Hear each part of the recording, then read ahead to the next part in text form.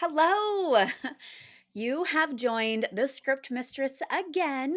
This is scene 15. I cannot believe I've made 15 episodes, and this is the 6 opening scenes to start your script. I am your host, Amber Bosworth, and I'm very excited to bring you this episode. This is so much fun. I mean, it's the first week of the new year, right? And what a better time, what would be a better time to talk about the best ways to open your screenplay than the first week of a new year, right? Talk about beginnings. Now, if you want to stay up to date on my podcast, any of the events that we're throwing, or any of the challenges I do, get on my mailing list at www.thescriptmistress.com. I also have this whole episode on video at www.thescriptmistress.com/scene 15. Now, for your enjoyment, along with a completely free download that I'll discuss at the end of this episode. And I've just created it just for you. Several downloads actually available for you. Now, I also want to remind everybody, if you're new or not new, that this is not edited. Really don't have time for that. So I just like to get on here and share and spill on the weekly topic, because collecting all of this information for you guys and like trying to really sit down and think about these podcasts helps me as a writer. It's helping you, helping me. It's really good. So anything that keeps the keys clacking or the pen scratching is what I like to do.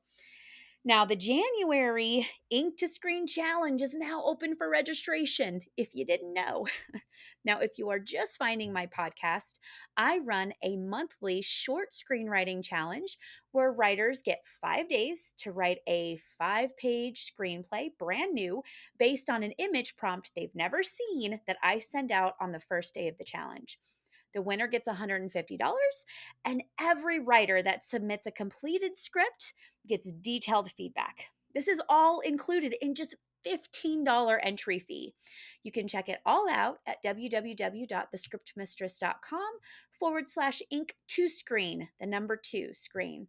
Now, the January challenge is going to run from January 18th to the 22nd. I try to put it on the third weekend, a Wednesday to Sunday of every month. Now, don't miss out on starting this year by writing a whole new screenplay. I ask you what you've done. I've already written a new screenplay. What have you done? Now, let's get to the episode. Of all the parts of a screenplay, the opening scene is perhaps the most important.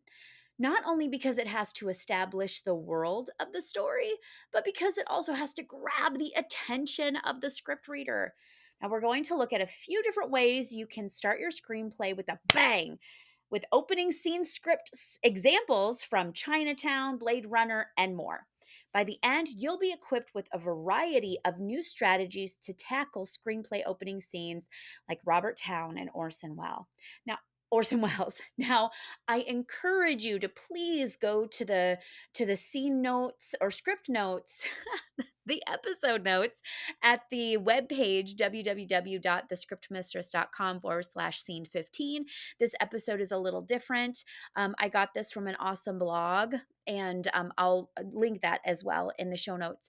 But I really encourage you to go there. There's some pictures that can't really be shared on a podcast. And there's some examples, script examples that they gave that I linked to on that webpage as well. So please, I'll have this all, wherever you're listening to this, I'll have this all linked where you can just go to the webpage and check it out, because those are really awesome, and it really help establish and solidify everything that I talk about in this episode. So please go check that out. Now, a lot of people will tell you that 99% of scripts are rejected after the first scene. And although there's, some merit to that perspective, it's not helpful to put that pressure on yourself as a writer. Now, the truth of the matter is that good stories get noticed, and good opening scenes are a big reason why. Again, what is a book has a cover, but screenplays don't really. They have their opening scene. So that's kind of what you want to think of your opening scene, is actually your book cover, is your cover of your script. Kind of like log lines, again, just another resource to really solidify your script, set it apart from so many others, and really start it with a bang. Now, how many times? Oh, so number one, so the six steps here start with the protagonist. So here is a good technique. How many times have you watched a movie's opening scene and asked, who's the main character? Your protagonist doesn't have to be in the opening scene, but it almost always works better that they when they are. Why? Three reasons. It gives the narrative focus to establish point of view and to build emotional resonance from the get go. Now, please, again, go to the show's page at www.thescriptmistress.com/scene 15 to see the example from Chinatown. I have an example. You can click right into it and you'll see the opening scene of Chinatown, and it'll really go into that for you. I also kind of have a picture of it as well. Now, from the very first page, we know that the director or that Jack gets is the protagonist of the story. Why? Because he's clearly in a position of control.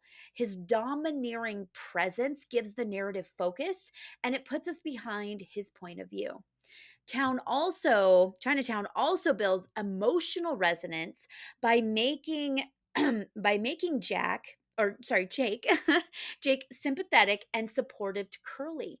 So in just a few pages, you can see a great amount of characterization.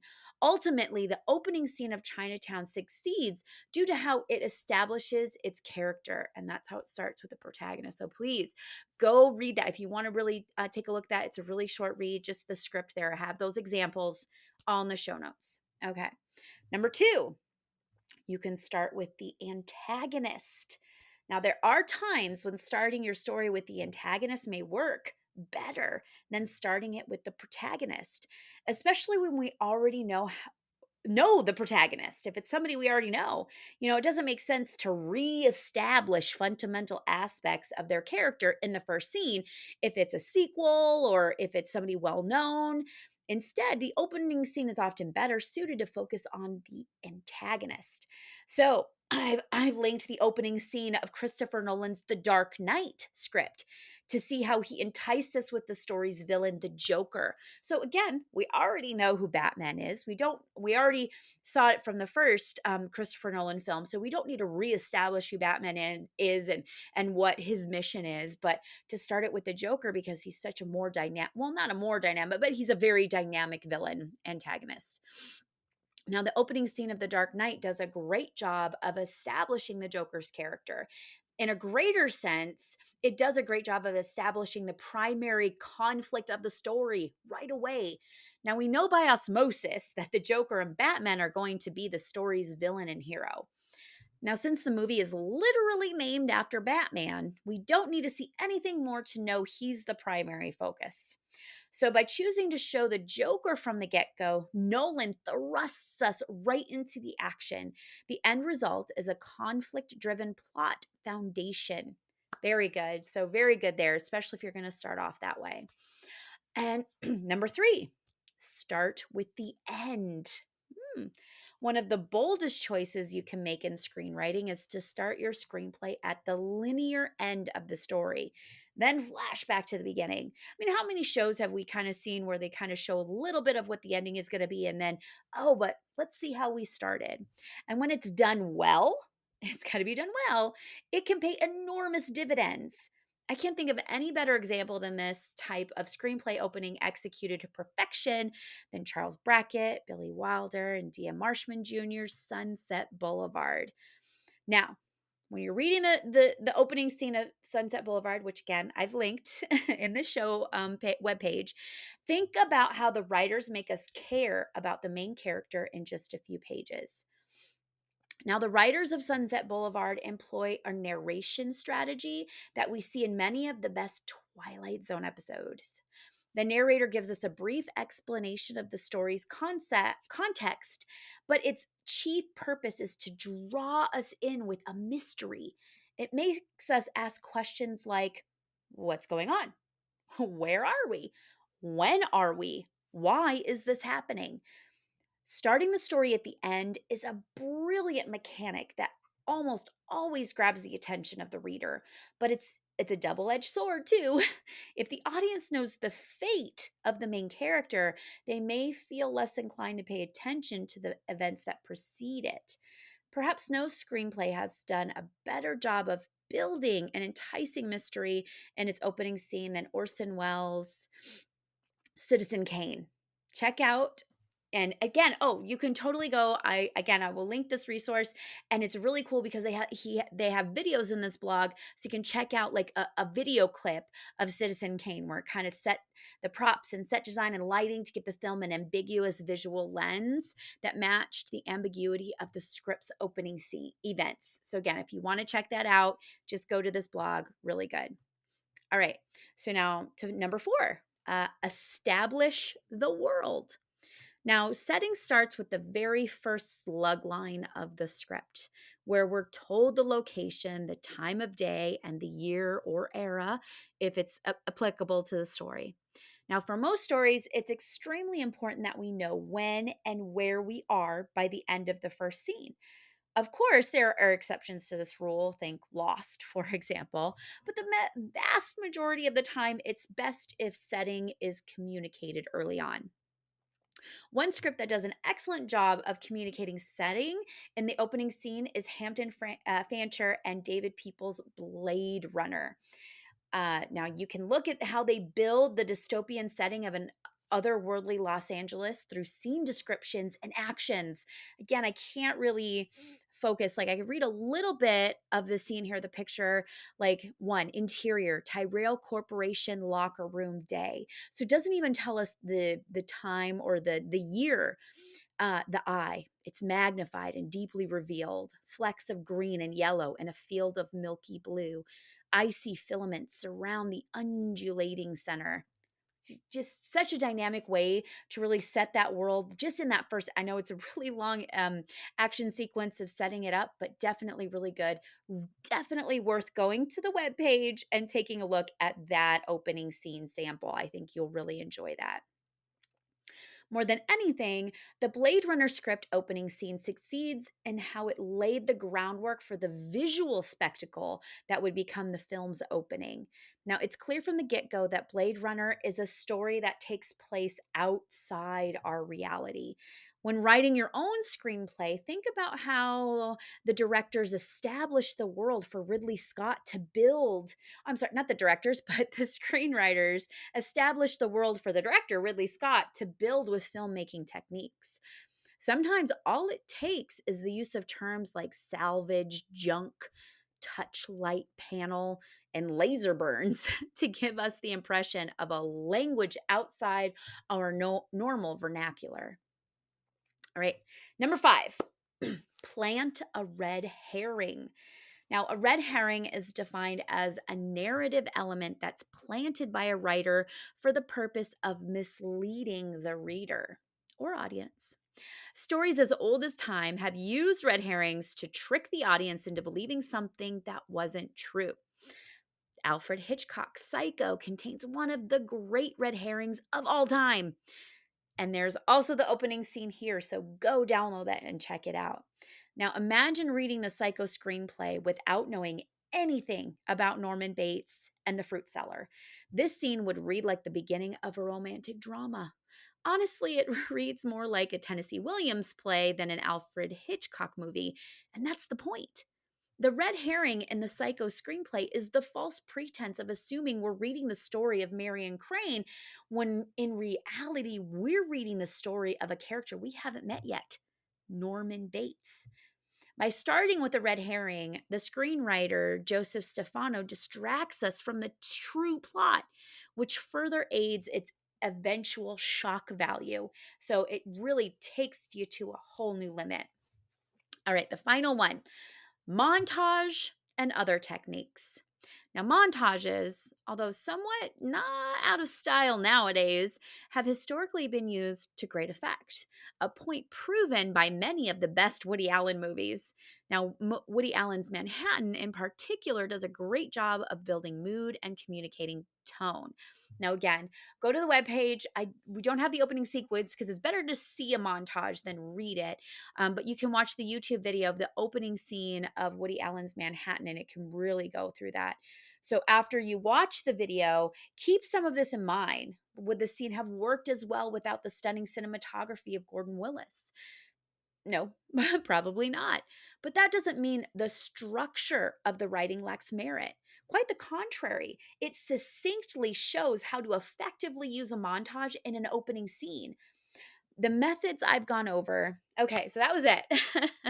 Now, the methods that I've gone over aren't the only methods of writing a great opening scene. This is just a really good starting point, something mechanics that have been used in the past that have to great effect and to great aplomb. Yes. So the resources. So I grabbed most of this content from a studio binder, a blog they did, screenplay opening scene examples. Again, I have this link as well to the show notes. You can check out this blog to find some. They have really great informative videos in there that go deeper into this topic if you really want to solidify it. And then their blog after this one, check out the following blog that goes over 25 of the best opening scenes. This is an awesome blog. I had a lot of fun with that. So 25 of the best opening scenes. Now, this was published back in 2021, but again, still very relevant for right now. Now, if you've got amazing plans for this year, amazing goals for writing, be sure to download that free writing goals for 2023 that I made for you last week. I'm really excited about that. That's so much fun. It's 12 pages, well, 13 pages with the cover, but each month it breaks down your goals for each month and how you want to get to that bigger goal, making your goals smart. SMART. If you want to check that out, check out the last episode of the podcast. You can find that at www.thescriptmistress.com/goals, GOALS, if I can spell.